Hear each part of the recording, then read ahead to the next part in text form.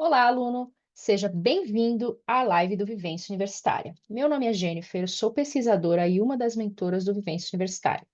Nessa live do Vivência Universitária, ajudamos alunos a conquistarem o seu diploma fazendo TCC de forma simples e rápida. E nesse episódio, nós vamos falar sobre se você não souber fazer isso, você vai cometer plágio. Primeiramente, o que é o plágio, né?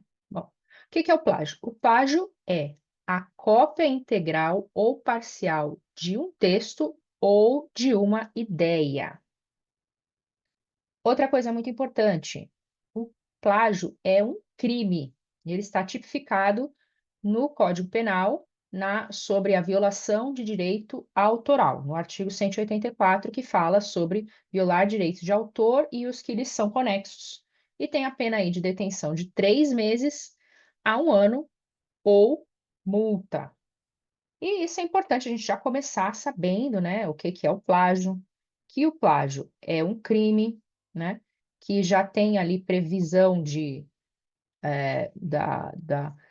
da punição, né, pela lei, né, e é importante a gente ter em mente isso, que o plágio ele é um crime e que ele é quando você usa as ideias de alguém, de um autor, e não cita as fontes, né?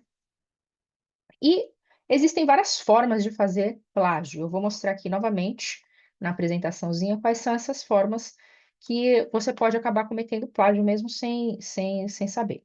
Existem aí 5 tipos de plágio, que é o plágio direto ou integral, o plágio parcial, o plágio mosaico, o plágio conceitual e o autoplágio, né? Então, todas essas formas de plágio, você vai estar utilizando aí as ideias de outro autor, de outro trabalho, sem estar fazendo devidamente as fontes, que esse é o conceito do plágio. Então, plágio direto ou integral é quando você coloca a transcrição literal de um texto de uma obra sem citar a fonte. É quando você literalmente copia um trecho de um artigo, de um livro, e coloca lá no seu TCC ou no seu trabalho acadêmico. Esse é o plágio direto ou integral. Há também o plágio parcial, quando a pessoa, né, copia frases ou parágrafos de outro texto, né, sem citar da onde foi copiado. Então, diferente do plágio integral, onde que há a cópia integral, né, do trabalho, nesse tipo de plágio você vai estar copiando trechos, né? Então, pode ser trechos de várias partes do mesmo trabalho e não está citando as fontes. Tem também o plágio conceitual, né, que é a utilização de um conceito elaborado em outra obra sem citar a fonte. Parece que a ideia do plagiador é original, mas é um plágio, né? Então, nesse caso, é quando você não copia o que está escrito, mas, por exemplo, se o trabalho ele apresenta uma ideia nova, né? É um trabalho que está apresentando uma ideia, fez ali várias conclusões utilizando aquela ideia, e a pessoa, né, você utiliza aquela ideia como se ela fosse sua, sem citar de onde ela veio, né? Então, por exemplo, você está escrevendo sobre algo, né? E tem na literatura já um conceito sobre aquele determinado, sobre aquela determinada situação, e você escreve sobre aquilo sem citar de onde veio a ideia original. Esse aqui é o plágio conceitual. Nesse caso, você não está literalmente copiando um trecho, mas você está utilizando um conceito, uma ideia que já foi divulgada em outro trabalho e não citou ele propriamente. E tem o autoplágio, né, que é a cópia de um trecho de seu próprio uma cópia de um trecho de seu próprio texto em um texto posterior, mas sem referenciar o primeiro texto. Isso é para quem para autores, né, que já escreveram várias vezes sobre o mesmo tema, né? Então seria, por exemplo, a pessoa escreveu um artigo sobre determinado assunto em 2010 e em 2025 ela vai escrever sobre o mesmo assunto, ela copia um texto daquela obra de 2010, mas não faz referência ao próprio trabalho, que é o trabalho de 2010. Então, esse aqui é o autoplágio, é quando o próprio autor fa- é, comete plágio utilizando o seu próprio trabalho que ele publicou anteriormente. Bom, então, qual a implicação de plágio assim, na sua carreira, né? Então, lembrando que você está fazendo TCC já no final do curso, né? E já, o próximo passo é virar um profissional, né? Começar a atuar na área, né? Então, além de ser um crime, né? Como eu falei já, é o crime 184 do Código Penal. Ele também vai te trazer descrédito, vai te trazer, vai mostrar, né, a falta de ética e também vai ser uma vergonha, porque hoje em dia há muitas ferramentas, né, que permitem que os professores eles detectem o plágio, que eu vou falar no próximo slide. Tem muitas ferramentas, né, que os professores conseguem detectar o plágio, né, no trabalho dos alunos, então não tem como passar despercebido, né? Antigamente, quando o trabalho era escrito, entregue, né? Não tinha tanto acesso à internet, era até mais fácil, né? O plágio passar despercebido, mas hoje em dia não tem como, né? Porque tem, agora, ainda mais com as inteligências artificiais, né? Fica até mais difícil passar despercebido isso. E também é, algo que pode ser se perceber o plágio, mesmo sem essas é, ferramentas, né? Que eu vou mostrar no próximo slide, é a própria experiência do professor, né? Então ele conhece o aluno, ele sabe como o aluno escreve, sabe como o aluno, o nível de conhecimento do aluno, sabe como o aluno se expressa, e quando ele entrega um trabalho, vem um trabalho que tem uma escrita totalmente diferente, né? Mais sofisticada, mais rebuscada, né? Tem um nível de conhecimento que está além do que ele sabe que o aluno é capaz de desenvolver. E às vezes os próprios membros da banca, né, eles podem conhecer aquele assunto, conhecer tão profundamente aquele assunto que ele sabe até da onde que aquele trecho foi tirado, né? Porque ele já conhece a literatura. Quem está trabalhando bastante com um determinado assunto, ele conhece já a literatura, já leu várias vezes, já escreveu, já usou, já citou. Então, quando a pessoa bate o olho ali e vê, né, que tá escrito de uma forma e não está sendo citada as fontes, fica fácil perceber o plágio, né? E outra coisa também é que quando a gente escreve um texto acadêmico, praticamente qualquer frase que a gente for colocar ali, né, principalmente na introdução, né? Na introdução e na discussão, que são as partes onde a gente está fazendo ali, na introdução, a gente está fazendo um referencial teórico, né? Tá colocando aquele conteúdo dentro do contexto da área, né?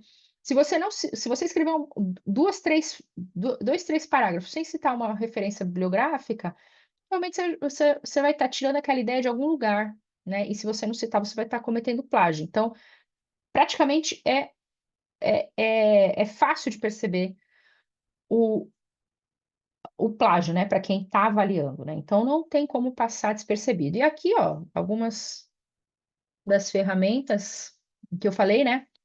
E como dá para descobrir o plágio, você pode até utilizar, né? Se você tiver com receio, né?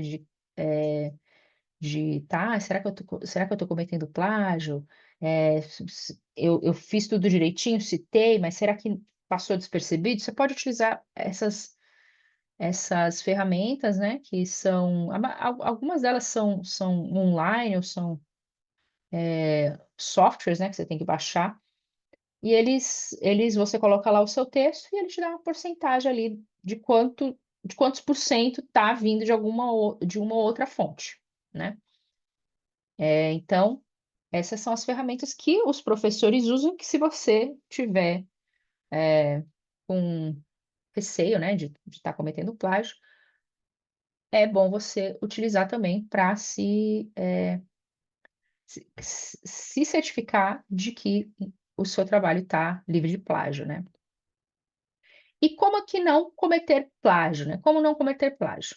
Fazendo as citações diretas, citações indiretas e tendo as suas referências bibliográficas, né? Prontinhas lá no final do seu trabalho. Lembrando que as referências bibliográficas, elas são parte integrante, né, dos elementos pós-textuais, né, que a gente chama lá nas normas da BNT, e elas são obrigatórias, né? Você precisa ter as referências bibliográficas. E é assim que você não comete plágio, fazendo a citação tanto direta quanto indireta. E eu vou explicar como é que se faz uma citação direta ou indireta mais para frente. Mas primeiro, eu quero discutir um assunto aqui que está muito em alta, né, atualmente, que é o uso da inteligência artificial para ajudar na escrita, né? Então, muitas pessoas já estão utilizando a inteligência artificial para várias tarefas, né?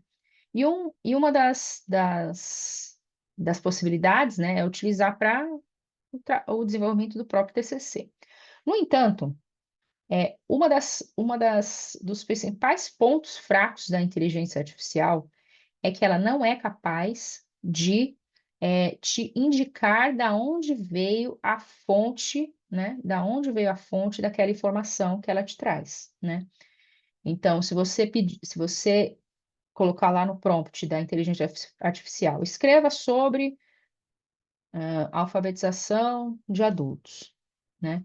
Escreve um parágrafo sobre alfabetização de adultos no Brasil nos últimos 50 anos. Ela vai te dar um texto lá sem nenhuma fonte bibliográfica.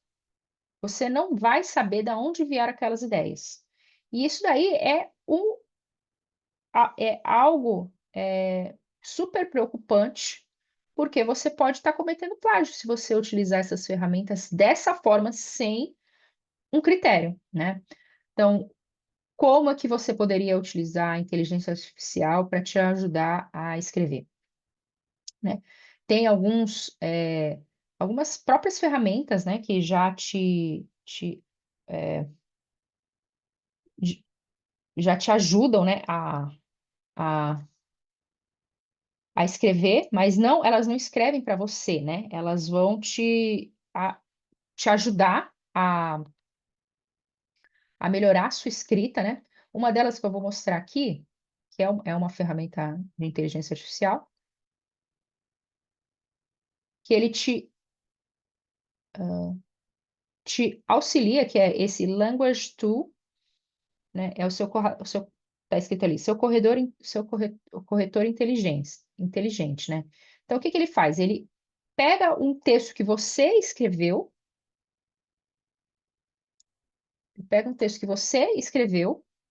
e te dá sugestões de como melhorá-lo, né? Então, por exemplo, vamos colocar alguma coisa assim. Hoje em dia, o trabalho infantil é um grande problema na sociedade. Trabalho infantil impede que as crianças e adolescentes frequentem a escola. Isso dificulta a aprendizagem e o futuro desses jovens. Pronto, escrevi uma frase aqui, né? Ó, por exemplo, já te indicou um possível erro de ortografia, né? Coloquei um N a mais ali. Pronto. Mas ele também te permite que você melhore a sua escrita, né? Então, aqui, se você for em parafrasear e clicar aqui na, na- no, no trecho, né, que você quer, ele vai te dar opções de como você melhorar a sua escrita, né? Então, ó, por exemplo, aqui ele falou: o trabalho infantil é um grande problema na sociedade atual. Aqui deixou mais formal. O trabalho infantil é um problema relevante para a sociedade atual. Atualmente, o trabalho infantil é um grande problema na sociedade. O trabalho infantil é um grande problema na sociedade hoje, né? Ó, aqui ele deixou outra formal. Atualmente, o trabalho infantil é um problema relevante para a sociedade. Ó, gostei desse. Vamos pegar esse outro trecho aqui, ó. Simples. né? O trabalho infantil impede que crianças e adolescentes frequentem a escola, dificultando a aprendizagem e o futuro desses jovens. Vamos ver outra opção, ó, um formal. Ó, o trabalho infantil limita a frequência das crianças e adolescentes à escola, o que dificulta a aprendizagem e o futuro desses jovens. Ó, gostei desse. Tá vendo? Então, essa é uma forma interessante de você utilizar a, a inteligência artificial, né? Numa forma em que você mesmo escreveu o texto e você utiliza essas ferramentas para que elas te sugiram, né, formas de escrever melhor, né? Mas você não pede para ela escrever o trabalho para você. E esse é um problema que já está sendo já está no radar, vamos dizer assim, das revistas científicas, né? Porque hoje em dia, quando você submete um artigo, eu fiz isso recentemente, eles indicam lá que você tem que assinar um termo de que não utilizou a inteligência artificial para escrever o seu artigo, né? Porque eles não consideram que a inteligência artificial seja um autor do seu artigo. Então, você não deve utilizar esse tipo de ferramenta para escrever. O que você pode fazer, que é a forma ética que eu acabei de mostrar, é utilizar essas ferramentas, né? Como esse Language Tool que eu mostrei para você, mas tem outras, né? Para auxiliar a sua escrita, ou seja, melhorar o que você mesmo escreveu, né? Essa é uma forma ética de utilizar a inteligência artificial. Bom, e para você não cometer plágio, né? E se você utilizar a inteligência artificial de forma descuidada, né? Que é utilizando ela diretamente para escrever para você, você pode estar cometendo plágio, porque, como eu disse, ela não cita as fontes, né? Não cita as fontes. Ela pega tudo que tem tá disponível na internet e te dá ali um textinho pronto, que é diferente do Google, né? Se você fizer uma pergunta no Google, ele vai te dar as fontes e você tem que ir atrás ali daquelas fontes. Bom, então, como você vai se organizar, então, para escrever o seu trabalho, utilizando essas ideias de vários artigos, sem cometer o plágio, né? Uma ferramenta para isso se chama fichamento, né? Então, o que é o fichamento? O fichamento, ele é um termo antigo, né? Mas que é um conceito que está atrás dele, né? Então, antigamente, né? Quando não se tinha tantos computadores, né? Não tinha internet, o professor podia pedir para você ler um texto, né? Ou ia ler a Xerox, né? Ia lá na parte das Xerox, tirava as Xerox para ler um texto, ou então o próprio livro, né, que você ia pegar na biblioteca, e o professor ia pedir para você fazer o fichamento, que era o quê? Eram fichas mesmo, né? São um retângulozinho, né, de papel mais duro, assim, tipo uma cartolina, em que você ia fazer anotações sobre aquele texto, aquele livro, né? Então, essa era a técnica do fichamento, que são o quê? São pequenos resumos, né? Então, para cada texto que você tinha uma ficha que tinha um resumo daquele trabalho, né? Então, a ideia do fichamento, a técnica do fichamento é o quê? É você ter pequenos resumos sobre cada texto que você está lendo. Então, por exemplo, quando você estiver escrevendo sua introdução, né, você vai ter que fazer a pesquisa bibliográfica antes, né? Porque não tem como a gente escrever sobre algo que a gente não sabe, né? Então, parte do processo da escrita da introdução do seu trabalho, né, e da discussão também, é você pesquisar os trabalhos que falem sobre aquele assunto que você está desenvolvendo no seu TCC, né? E com esses trabalhos em mãos, o que que você vai fazer? Você, primeiramente, se ele for um arquivo, né? Você vai salvar ele numa pasta, né? Que você vai saber onde está, e vai trocar o nome desse arquivo, né? Geralmente, quando a gente baixa, faz o download, ele vem com um nome lá que faz sentido para o site, mas não vai fazer sentido para nós, né? Então, qual é a forma que eu indico você de salvar esse texto? Com o sobrenome do autor, o ano, um trecho do título, né?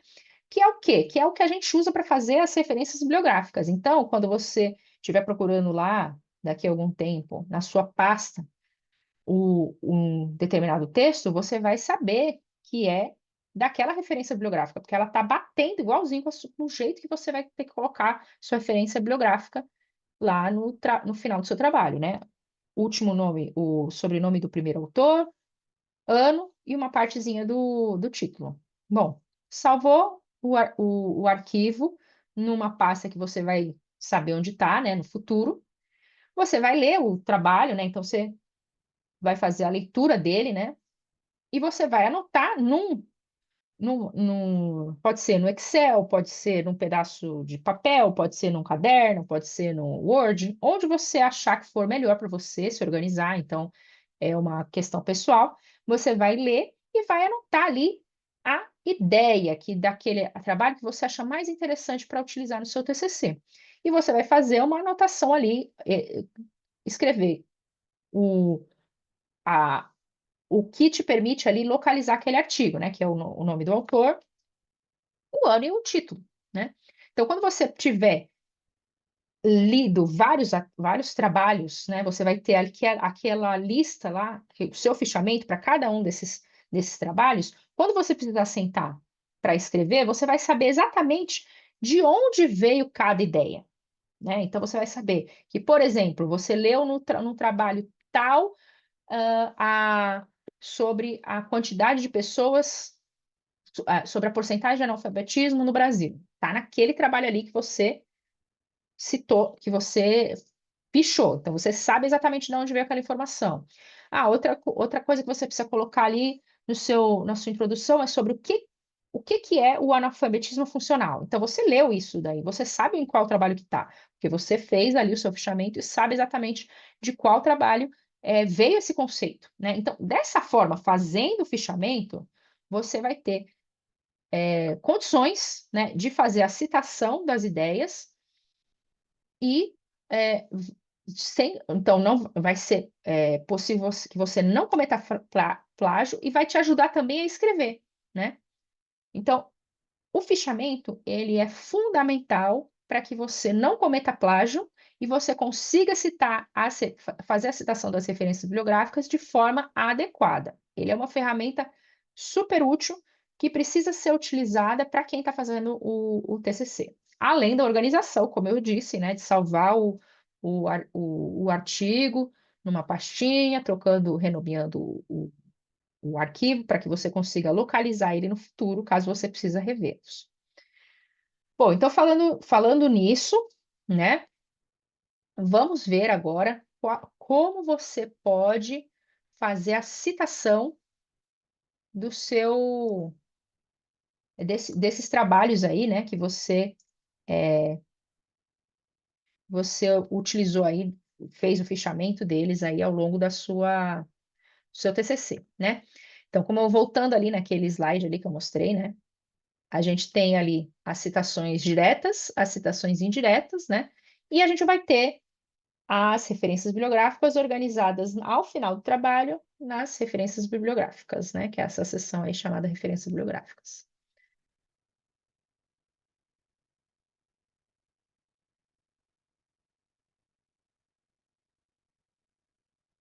Bom, então, por exemplo, citações diretas, né? O que são as citações diretas? É a cópia de um trecho de uma obra, deve estar entre aspas, com a citação do autor, do ano da obra e da página, entre parênteses, de onde o trecho foi extraído, né? Então, aqui eu peguei um trecho do Sítio do Pica-Pau Amarelo, né? Então, para ficar fácil, ser uma coisa lúdica aí. Então, numa casinha branca, lá no sítio do Pica-Pau Amarelo, mora uma velha de mais de 60 anos. Chama-se Dona Benta. Não, isso aqui é o que está literalmente escrito lá no sítio do Pica-Pau Amarelo. Então, a gente vai citar aqui Lobato, né, que é o Monteiro Lobato, a gente pega só o sobrenome dele, o ano, e é isso que está escrito na primeira página do livro. Bom, e agora como é que seria uma citação indireta? Eu peguei aqui o mesmo trecho, né? Só que eu vou fazer ele de uma forma indireta. Eu não vou copiar exatamente o que está escrito lá no livro, né? Então, ele é uma paráfrase, né? É uma releitura do que está escrito no livro. Ou seja, a ideia é dita com suas próprias palavras de um texto de outra obra. deve conter a citação do autor e do ano de publicação da obra, e do ano de publicação da obra, né? Então, por exemplo, lá estava falando que eu copiei literalmente o que estava escrito. Agora eu vou colocar a ideia, ó, que Dona Benta, uma senhora de 60 anos de idade, morava numa casa branca no sítio do Capão Amarelo. Bom, essa é a ideia que estava naquele trecho. Então, eu coloquei com as minhas próprias palavras, né? Então, ao invés de ter o entre aspas, eu só coloco ao final Lobato e o ano, né? Então, essa é uma citação indireta, né? Então, a citação direta é a que você copia o trecho e precisa estar entre aspas. Então, você está copiando exatamente o que está escrito. E a citação indireta é uma paráfrase, ou seja, você está utilizando a ideia que está lá, só que com as suas próprias palavras, né? Bom, e agora a gente vai ver como é que vai fazer essas referências bibliográficas, né? A gente colocou, fez a citação, então aquele trecho lá eu coloquei Lobato e o ano. Eu preciso ter lá no final as referências bibliográficas para a pessoa poder localizar e de que obra foi tirada aquela citação, né? Então, as referências bibliográficas é o conjunto de todas as obras consultadas, com autor, ano de publicação, nome do livro e editora. E deve estar no final do texto, né? Então, por exemplo, para o livro, a gente tem que você precisa ter o sobrenome do autor, né? Todos em letras maiúsculas, né? Lobato. O primeiro nome em letras vírgula, né? Primeiro nome em letras minúsculas. Aqui a gente tem o título do, do livro, Reinações de Narizinho, a cidade em que foi publicado, São Paulo, a editora brasiliense e o ano de publicação, 1982. Aqui está explicando o que é a BNT. Bom,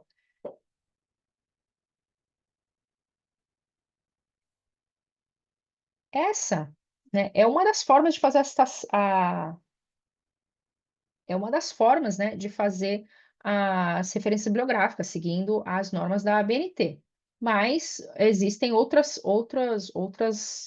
é, outras regras, né? Então, cada instituição utiliza suas próprias normas, e você precisa verificar quais são as normas que eles estão adotando, né? Mas, de qualquer forma, as referências bibliográficas, elas são itens obrigatórios do, é, do seu TCC, e elas precisam estar lá, no final do seu trabalho. Bom, então, resumindo aqui tudo que eu falei, eu comecei a falar sobre o plágio, né? Que é a cópia de um trecho de uma outra obra sem citar as referências, sem citar a fonte original, né? De onde foi extraído esse trecho, essa ideia. Existem vários tipos de plágio, né? Não é somente a cópia de um trecho que seria o plágio direto ou literal, mas você pode fazer o plágio parcial, pegando alguns parágrafos, ou o plágio conceitual, que é pegar uma ideia de outra obra sem citar a fonte original, e tem até o autoplágio, quando o próprio autor plagia uma obra que ele publicou anteriormente, né? Então, tem vários tipos de plágio, e hoje em dia a gente tem várias ferramentas para para localizar esses plágios, e os professores utilizam, né? Sim, essas ferramentas, principalmente se eles veem que o trabalho do aluno não condiz com o que eles conhecem, né? Da pessoa, né? Sabe que o trabalho está muito aquém, né? Da capacidade do aluno, o texto está muito rebuscado, ou algo do tipo. Os professores sim utilizam essa ferramenta, e eu já ouvi vários casos em que o aluno não defendeu o TCC por causa, né, de suspeita de plágio, e é algo grave que a gente precisa evitar. As formas de evitar o plágio é fazendo a citação. Citações que eu mostrei agora são as citações tanto diretas quanto indiretas, né? Então depende, você vai utilizar, quando que você vai utilizar a citação direta, quando você vai utilizar a citação indireta, depende muito de qual é o propósito do seu trabalho, né? Se você quer só passar informação, você pode passar uma citação indireta. Não tem necessidade de você fazer a cópia, né, do trecho, né, fazendo uma citação direta. né? Depende da sua área de estudo. Mas se você acha que precisa ter ali o texto igualzinho está no original, né, para facilitar o entendimento, aí você faz a citação direta. E nos dois tipos, tanto indireta quanto direta, você vai precisar colocar os dados completos da obra no final, que são nas referências bibliográficas. Uma ferramenta que eu indiquei aqui é o fichamento, que é para você utilizar, é uma ferramenta de estudo, né, e de organização das ideias, que você pode utilizar quando você estiver fazendo, estudando, né, o assunto, que é basicamente você fazer um pequeno resumo de cada trabalho que você estiver estudando. E no seu resumo você já faz a identificação da obra. Dessa forma, você vai ter vai ser mais fácil localizar de onde veio cada ideia e ficar mais fácil também você escrever e citar as obras no seu TCC, né? Essa dica do fichamento, ela é muito útil como uma ferramenta de estudos e como uma ferramenta de organização também dos seus textos e das suas ideias, né? Então, eu recomendo que quando a pessoa está iniciando no TCC, que ela se utilize do fichamento para conseguir material depois para conseguir construir a sua introdução e a sua discussão. E por hoje é só. Eu espero ver vocês no na próxima live e até mais.